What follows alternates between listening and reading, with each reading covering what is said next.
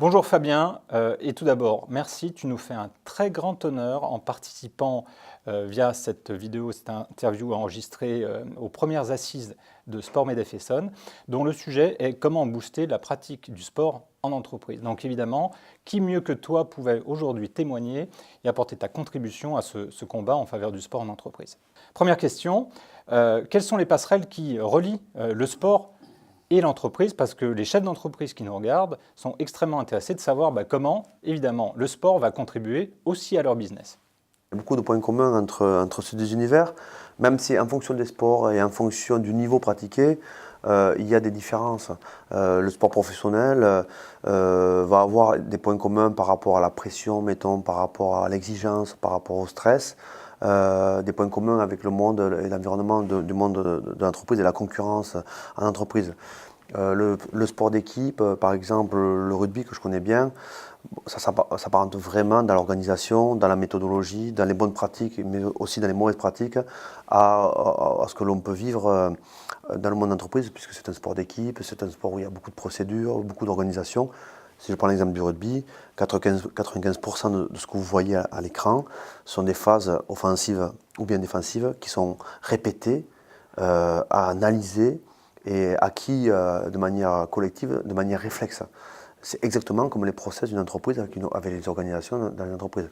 Il y a des compétences qui sont très différentes. Vous avez les avants, c'est plutôt la production, vous avez les trois quarts, c'est plutôt les commerciaux, vous avez des spécialistes de la gestion et de l'organisation, c'est plutôt la charnière. Vous avez des métiers qui en fait vont faire la force d'un collectif, c'est-à-dire grâce à la complémentarité. Après, bien sûr, vous avez des différences. Si je prends l'exemple des contrats dans le sport, dans le monde du sport, je prends mon exemple que je connais bien, ce sont des CDD, des contrats à durée déterminée. Dans le monde d'entreprise, on est sur des CDI. Donc il y a une forme de précarité aussi de l'emploi. Alors les différences, c'est les salaires, les rémunérations. Si je prends l'environnement du rugby en première division, top 14, le salaire moyen, c'est 15 000 euros. Donc c'est vrai que les revenus sont beaucoup plus importants que dans le monde d'entreprise. Donc il y a des différences, il y a beaucoup de différences, mais il y a beaucoup de points communs. Une autre différence, je parlais de précarité, tu peux être le meilleur joueur, le meilleur collaborateur à l'instant T. Toi, par exemple, tu es un très bon directeur général à l'instant T, peut-être le meilleur en ce moment. Et tu peux te blesser gravement sur l'action qui va arriver, une rupture des ligaments croisés, un choc, et là, tu n'es plus rien. C'est-à-dire que tu quittes le terrain sur une civière et tu dois être ensuite opéré, tu vas avoir une rééducation, et tu ne sais pas si tu vas revenir, être capable de revenir à ce niveau-là. Être capable de redevenir le meilleur directeur général que tu étais une seconde avant. Donc il y a quand même une concurrence, une précarité dans le sport, une durée de vie aussi. Faut imaginer que dans le sport, vers 30 ans, quand on commence à être un homme mûr, un homme expérimenté dans la vie de l'homme normal, tu deviens vieux et sénile dans le sport de très haut niveau.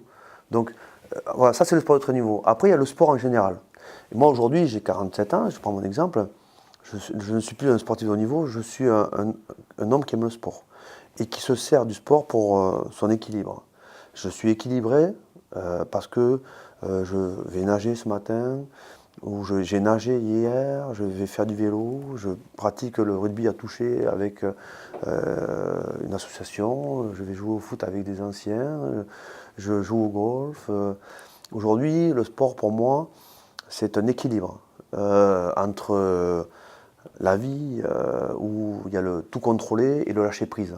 Et je trouve que le sport m'accompagne dans les moments difficiles, mais m'accompagne aussi dans les moments heureux.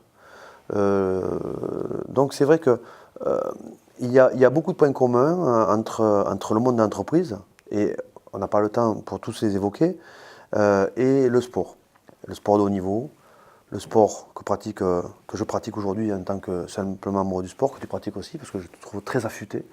Et puis les enfants, et puis les gens qui n'ont peut-être pas pratiqué le sport lorsqu'ils étaient jeunes et qui ont découvert une pratique corporelle qui, à un moment, leur apporte ce dont ils ont besoin. Donc, au final, je dirais, entre le monde de l'entreprise et le sport de haut niveau, et le sport pratiqué par monsieur tout le monde, je dirais que les passerelles sont nombreuses, les points communs sont nombreux, et qu'on peut en fonction de ses besoins, y répondre de manière très efficace. Alors, s'il y a des passerelles entre les deux univers, pour autant, est-ce que le chef d'entreprise, c'est un peu le coach de la performance? Et toi, qu'est-ce que tu as constaté comme transposition, très concrètement, et peut-être via des exemples, du chef d'entreprise au coach, ou dans l'autre sens? Ben, moi, je pense que parfois on se trompe, déjà, parce que quand on parle de sport, on dit performance, performance, performance, performance, aller au bout de soi, aller au bout de soi, au bout de soi. Et je ne suis pas certain que ce soit le bon exemple. Je ne suis pas certain que ce soit la bonne méthodologie. Je ne suis pas certain que c'est ce qui embarque la majorité des collaborateurs. Moi, je dirais équilibre, bien-être, lien social, collectif, effort collectif, épreuve collective, challenge collectif. Je détournerai plutôt la pratique du sport vers l'entreprise par une approche douce, par une approche agréable, par une approche plaisir. Et petit à petit, en fonction des profils, naturellement, tout le monde va trouver sa place. Il y a ceux qui vont vouloir courir lentement, si je prends la course. Il y en a qui vont vouloir un petit peu accélérer, parce qu'ils ont envie de faire un petit challenge. Et puis, il y en a qui vont vouloir sprinter. Ben, on va avoir différents niveaux. Mais l'important, ce n'est pas tellement les différents niveaux, c'est d'abord de faire quelque chose ensemble, de partager un effort. Et le partage de l'effort rapproche les collaborateurs, quoi qu'on en dise. Ensuite, il y a l'équilibre personnel. Je ne vais pas rentrer dans la biologie et dans l'analyse biologique des apports du sport, mais en physio, on apprend très vite, d'ailleurs ceux qui font du sport aussi, que faire du sport, on travaille avec la tête bien sûr, mais c'est donner aussi au corps du travail. Et le corps répond naturellement. Le corps il est intelligent. Quand on lui demande de marcher, il va se fabriquer, il va se transformer pour vous aider à marcher. Quand vous allez lui demander de courir, il va naturellement évoluer pour se mettre à courir. Si vous ne lui demandez rien, il va se mettre en position pour vous aider à ne rien faire. Donc votre corps va se transformer en fonction de ce que vous allez lui demander. Mais aussi, il va vous apporter les hormones de l'effort, ceux qui connaissent un peu l'effort, ces hormones qu'on libère au bout d'un certain temps et qui, d'un coup, vous donnent ce sentiment de bien-être, sentiment d'aisance, sentiment d'équilibre. Toujours entre le lâcher-prise et le contrôle. Il y a ce sentiment d'équilibre. Et c'est vrai que lorsqu'on a la chance de ressentir les effets hormonaux de l'effort, eh bien, on se sent bien. On se sent bien, on se sent apaisé, on se sent plus calme. On gère mieux les problèmes ensuite lorsqu'on arrive au bureau, à la fois individuellement mais aussi collectivement, parce qu'on a vécu une expérience collective. Donc le sport, ça apporte tout ça. Ça apporte aussi du lien social. Vous savez, une entreprise, c'est une communauté, c'est un cercle. Et lorsqu'on pratique du sport ensemble, lorsqu'on a le plaisir de jouer, le sport c'est le jeu, c'est le corps en liberté. Lorsqu'on a la chance de vivre entre midi et deux, le matin ou après le travail, quelque chose ensemble, mais le lendemain, quand on se retrouve au bureau, on n'a plus les mêmes relations. Et on n'a plus les mêmes relations au quotidien, on n'a plus les mêmes relations quand ça va être dur au bureau, parce qu'on a des challenges à relever. On va les relever différemment, parce qu'on se connaît mieux. Et on va partager aussi les victoires différemment, parce qu'on est plus proche. Enfin, il y a beaucoup d'éléments qui peuvent accompagner la pratique ou l'exercice dans le monde d'entreprise avec le sport. Bien entendu, on ne peut pas se rencontrer aujourd'hui sans que tu nous parles un peu de ton actu, et je crois même que tu as quelques petites indiscrétions à nous communiquer. Je te garantis que ça ne sortira pas d'ici. Mon actu, elle est assez simple. Je rentre de Rio, puisque je commentais le rugby à 7 aux Jeux Olympiques de Rio. Je me suis régalé. J'ai apprécié énormément ce sport. C'est du rugby, mais différemment. On a eu de très bonnes audiences sur France 4 et sur France Télé. Ça a vraiment cartonné. C'était la première fois que le rugby revenait au JO depuis 24. Donc ça, c'est mon actu passé. Mon actu futur, je vais commenter au mois de novembre la tournée de l'équipe de France avec les All Blacks, la venue des All Blacks, la venue des Australiens, la venue des Samoa, le tournoi destination. J'écris toujours pour l'équipe donc des billets sur les grands événements.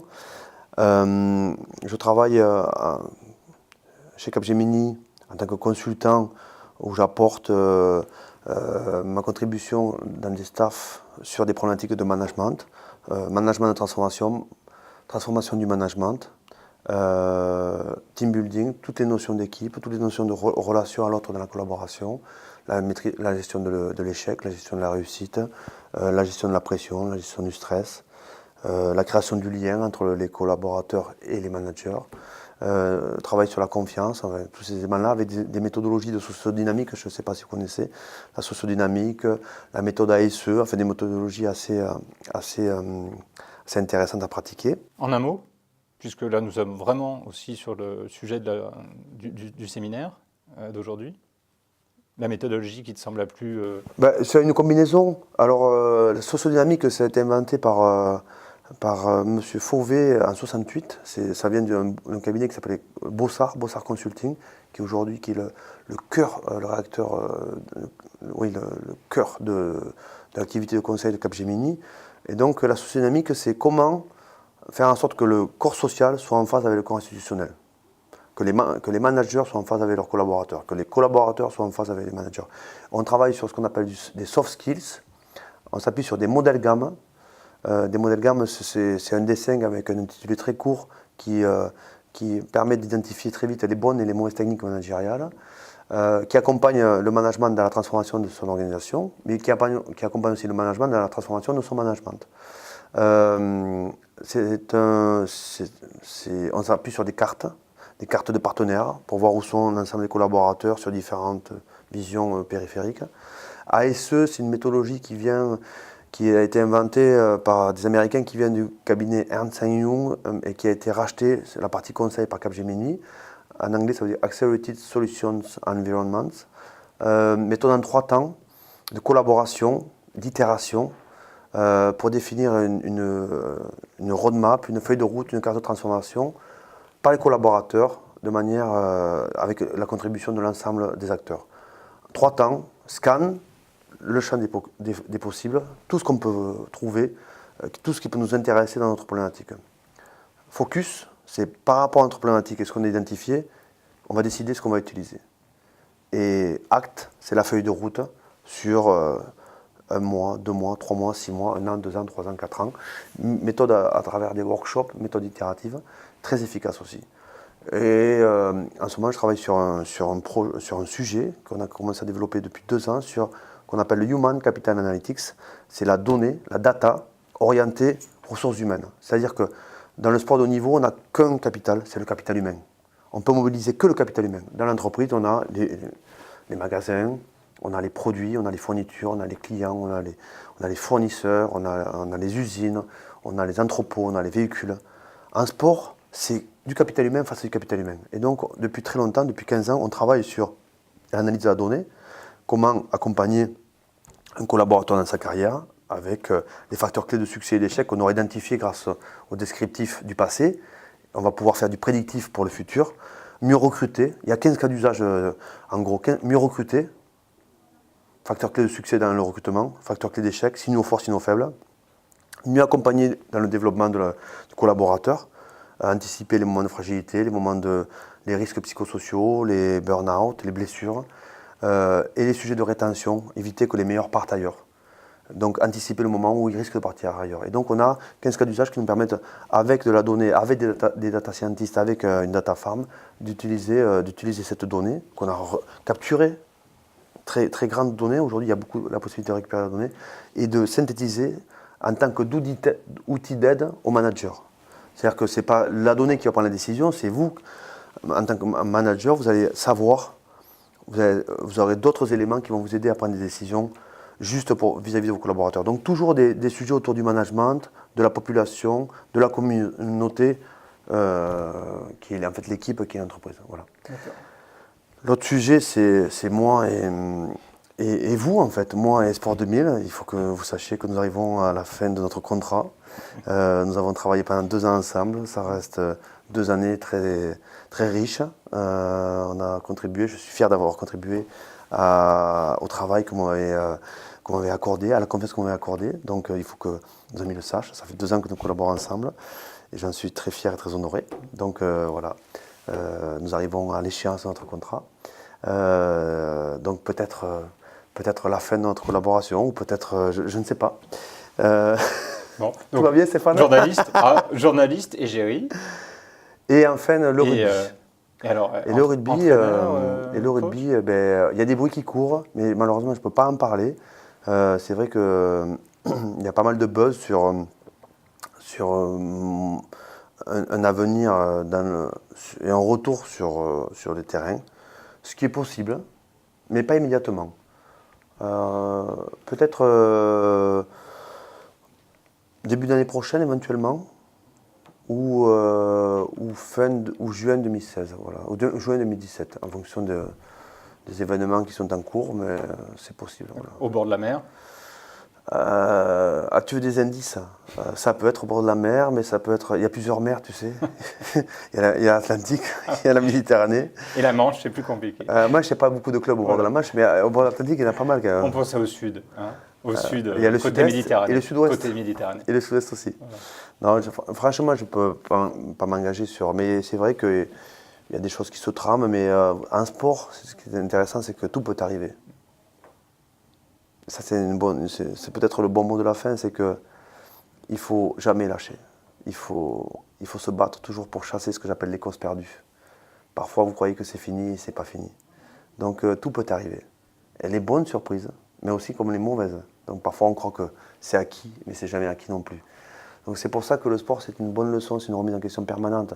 Et c'est pour ça que je reviendrai, bon, je vais m'étaler, mais je pense que les managers d'aujourd'hui, dans le monde d'entreprise, confondent un peu trop la pression, exercent un peu trop. Voilà, il faut trouver le bon équilibre entre la pression exercée par rapport aux résultats et le confort qu'on va donner pour que les collaborateurs puissent s'exprimer. Il y a un travail, il y a un équilibre à trouver entre la notion d'engagement, la notion de pression, la notion de résultat, la notion de stress, et les moyens qui vont permettre d'atteindre les objectifs ambitieux. Et parfois, on confond un peu ça. C'est pour ça que les managers d'aujourd'hui qui s'amusent à être des coachs de haut niveau se trompent parfois sur la méthode. C'est juste cette petite remarque que je mettrai, que je me permettrai de positionner à ce moment-là de notre entretien. Et ce qui me fait revenir sur la notion de mariage, le sport et l'entreprise, c'est qu'en fait, si on gratte bien, quand on connaît bien l'univers du sport, on sait que le sport, c'est un équilibre aussi. On ne peut pas être à fond tout le temps. Quand on part sur un 800, il faut une cadence pour tenir 2 tours de piste. Si je pars très vite dans le premier virage, je vais exploser. Donc c'est un peu ça aussi dans mon entreprise. Il faut trouver la bonne cadence, le bon rythme qui va me permettre de tenir sur la longueur, sur la durée. Les collaborateurs, ils n'ont pas des CDD, ils ont des CDI. Ils doivent grandir avec l'entreprise. Merci beaucoup. Merci pour cet entretien. Et puis donc à bientôt. À bientôt. Sur les terrains ou ailleurs. Sur les terrains ou ailleurs.